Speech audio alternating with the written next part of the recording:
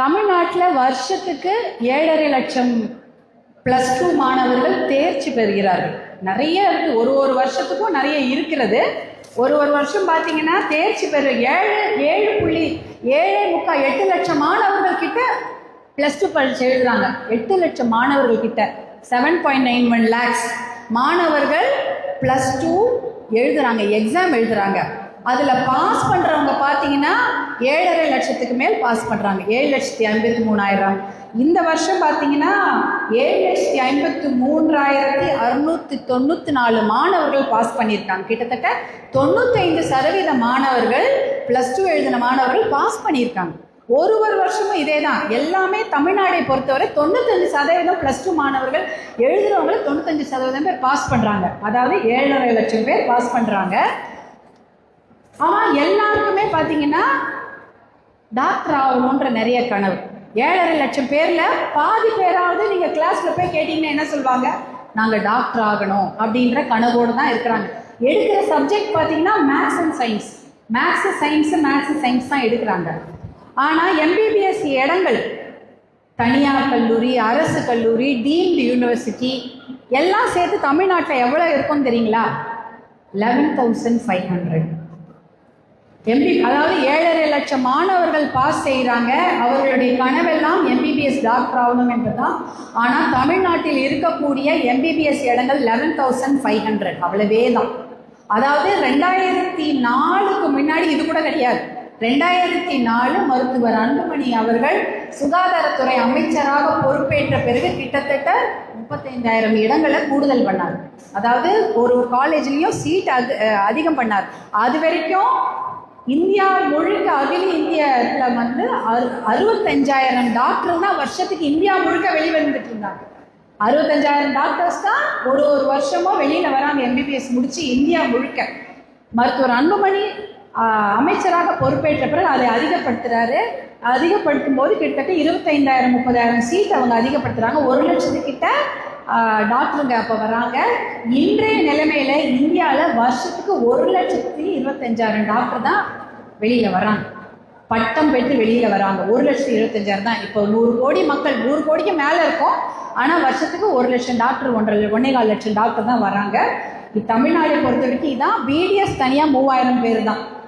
நீங்கள் அப்புறம் இன்ஜினியரிங் எத்தனை பேர் படிக்கிறாங்க தெரியுங்களா? தமிழ்நாட்டில் டாக்டருங்க கிட்டத்தட்ட 15,000 பேர் தான். அதாவது பிடிஎஸோட சேர்த்து பிடெக்கு இன்ஜினியரிங் இதெல்லாம் பார்த்தீங்கன்னா 1,72,000 சீட்டு தான் இருக்குது. நிகர்நிலை பல்கலைக்கழகங்கள், மேனேஜ்மெண்ட் சீட்டு எதெல்லாமே சேர்த்து போட்டால் கூட 2.5 லட்சம் சீட்டு தான்.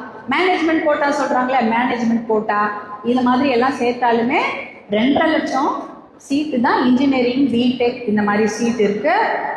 அதிகமான சீட் எதில் இருக்குன்னா அரசு கல்லூரிகளாக இருக்கட்டும், தனியார் கல்லூரிகளாக இருக்கட்டும். அதிகமாக இருக்கக்கூடிய சீட்டுன்னா கலை அறிவியல் கல்லூரி 4 லட்சம் சீட். அப்புறம் பிஏஆர்க்குன்னு ஒன்று இருக்குது. வக்கீல் சீட்டு ஒரு 5,000 இருக்கும். இப்படி தான். அப்போ ஆனால் கிட்டத்தட்ட 6 லட்சம் பேருக்கு சீட் இருக்குது. அதாவது கல்லூரிகளில் இடம் இருக்குது. டாக்டராக இருந்தாலும் சரி, இன்ஜினியராக இருந்தாலும் சரி, கலை அறிவியல் ஆர்ட்ஸ் அண்ட் சயின்ஸ் காலேஜஸாக இருந்தாலும் சரி, ஆர்கிடெக்டாக இருந்தாலும் சரி, லாயராக இருந்தாலும் சரி, ஒரு 6 லட்சம் பேருக்கு படிக்கலாம். இன்னும் அப்படி பார்த்தா கூட 1 லட்சம் பேருக்கு சீட்டு கிடையாது தமிழ்நாட்டில். படிக்கணும்னு நினச்சா கூட +2க்கு அப்புறம் என்ன படிக்கிறதுன்னு நினச்சாக்கோ 1 லட்சம் பேருக்கு தமிழ்நாட்டில் சீட்டு கிடையாது. இப்படி தான் நிலைமை இருக்கிறது. அதனால் நீங்கள் என்ன எடுக்கிறது, என்ன படிக்கிறது, நம்ம வாழ்க்கையை எப்படி முன்னேற்றதுன்ற பெரிய டைலமா இருக்கும் உங்களுக்கு. அப்போ வேலை வாய்ப்பு எது முக்கியமாக இருக்குன்னு தான் நீங்கள் பார்ப்பீங்க. சரி, படித்தா வேலை செய்யணும், கவர்மெண்ட் வேலை கிடைக்கணும், இல்லை தனியார் துறையில் நல்ல வேலை செய்யணும். அப்போ அதுக்கான படிப்பு என்னவாக இருக்கும் என்பதுதான் உங்களுடைய மிகப்பெரிய கேள்விக்குறி.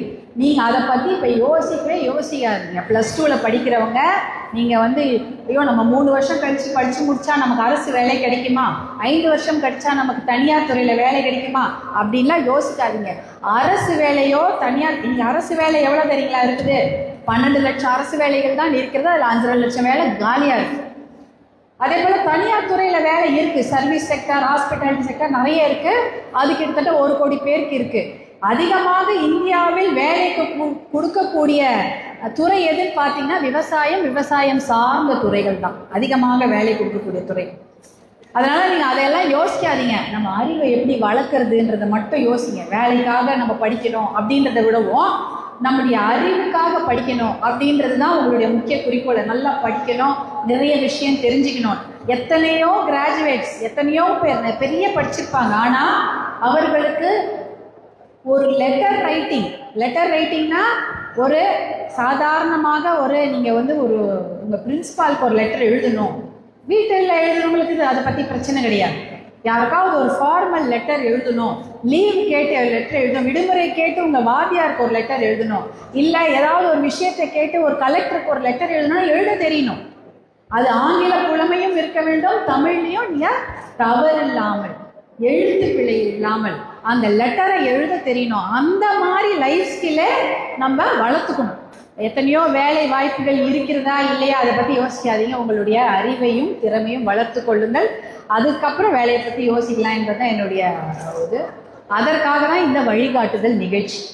நீங்கள் இதுதான் படிக்கணும், அதை தான் படிக்கணும்னு இல்லாமல் எதை படித்தாலும் 100% உங்களுடைய உழைப்பை கொடுத்து அதில் நீங்கள் தேர்ச்சி பெறுங்க. டாக்டர் தான் படிக்கணும், கலெக்டர் தான் படிக்கணும், வக்கீல் தான் ஆகணுன்றத விட எது படித்தாலும் அதில் 100% உங்கள் உழைப்பை கொடுங்க. 100% அதை நல்லா தெரிஞ்சிங்க. அதில் நீங்கள் ஒரு திறமையானவராக வாங்க. எனக்கும் அப்படி தான். நான் என்னை கேட்டாங்கன்னா சின்ன வயசில் எல்லாரும் டாக்டர்னு வாங்க, நான் கலெக்டர்னு தான் சொல்லுவேன். நான் கலெக்டர் ஆகணும். நான் கல்யாணம் ஆகிட்டு கலெக்டருக்கெலாம் எக்ஸாம்லாம் எழுதினேன். ஆனால் அதுக்கப்புறம் நான் கலெக்டர் ஆகலை. ஆனால் வேறு எதோ கூட ஆயிருக்கலாம். இப்போ நான் சுற்றுச்சூழல் எடுத்து சுற்றுச்சூழலில் நான் என்னுடைய அறிவை அதில் நான் வளர்த்து கொண்டு பசுமை தாயகம் என்ற இந்த அமைப்புக்கிட்ட நிறைய விஷயங்களை நாங்கள் செய்தோம். அதனால தான் எனக்கு நல்ல பேர். அதனால தான் எல்லாரும் எனக்கு சுற்றுச்சூழலை நல்லா பண்ணியிருக்கீங்கன்னு எல்லாரும் என்னை பாராட்டுவாங்க. ஏன்னா எதை கிடைச்சதோ அதை நல்லா பண்ணணும், அவ்வளோதான்.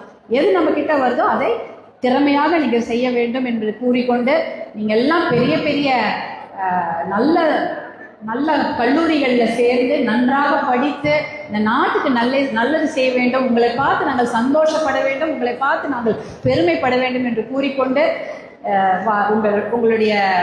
உங்களுக்கு எல்லாருக்கும் நல்ல வாழ்த்துக்களை கூறி all the very best for your future. I am so happy to meet you all today and have a great year ahead. நன்றி, வணக்கம்.